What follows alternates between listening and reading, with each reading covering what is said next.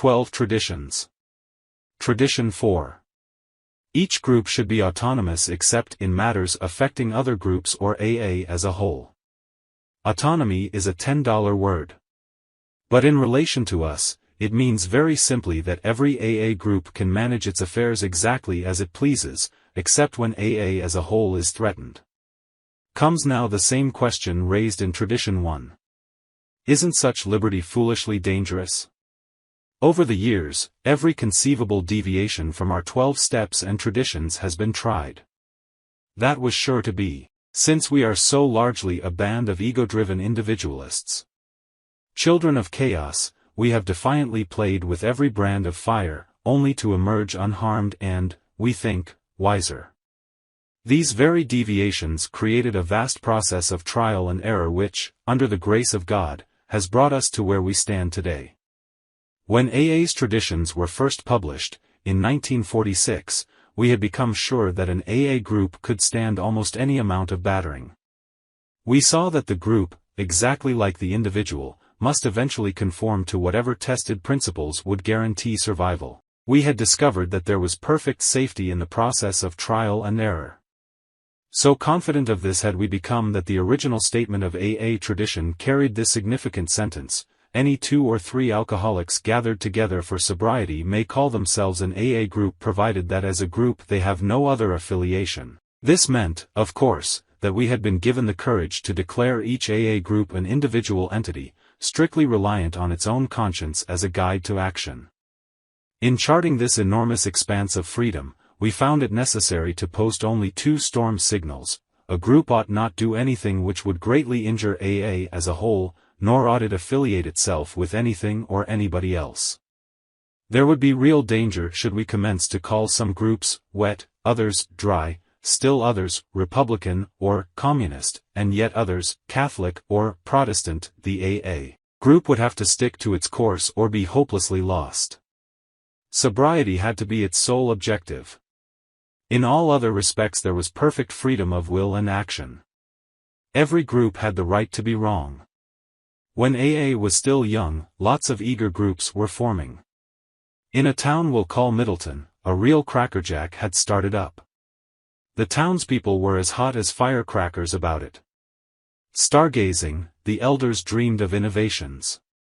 They figured the town needed a great big alcoholic center, a kind of pilot plant AA groups could duplicate everywhere. Beginning on the ground floor there would be a club. In the second story they would sober up drunks and hand them currency for their back debts. The third deck would house an educational project, quite non-controversial, of course.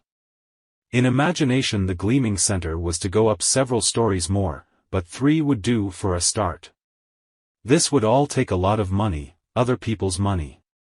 Believe it or not, wealthy townsfolk bought the idea. There were, though, a few conservative dissenters among the alcoholics. They wrote the Foundation *, AA's headquarters in New York, wanting to know about this sort of streamlining. They understood that the elders, just to nail things down good, were about to apply to the foundation for a charter. These few were disturbed and skeptical. Of course, there was a promoter in the deal, a super promoter. By his eloquence he allayed all fears, despite advice from the foundation that it could issue no charter, and that ventures which mixed an AA group with medication and education had come to sticky ends elsewhere. To make things safer, the promoter organized 3 corporations and became president of them all. Freshly painted, the new center shone. The warmth of it all spread through the town. Soon things began to hum. To ensure foolproof, continuous operation, 61 rules and regulations were adopted. But alas, this bright scene was not long in darkening. Confusion replaced serenity.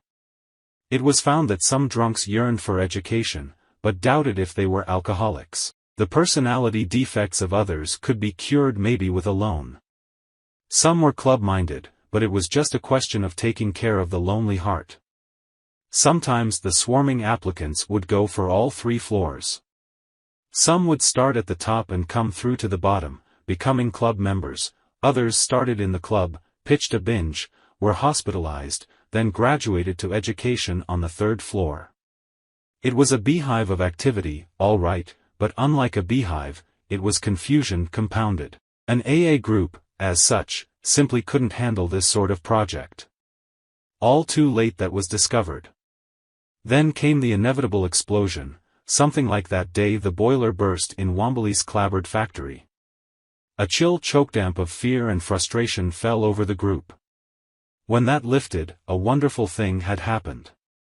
The head promoter wrote the foundation office. He said he wished he'd paid some attention to AA experience. Then he did something else that was to become an AA classic. It all went on a little card about golf score size. The cover read, Middleton Group 1. Rule 62. Once the card was unfolded, a single pungent sentence leaped to the eye: don't take yourself too damn seriously. Thus it was that under tradition for an AA group had exercised its right to be wrong. Moreover, it had performed a great service for Alcoholics Anonymous, because it had been humbly willing to apply the lessons it learned. It had picked itself up with a laugh and gone on to better things. Even the chief architect, standing in the ruins of his dream, could laugh at himself, and that is the very acme of humility.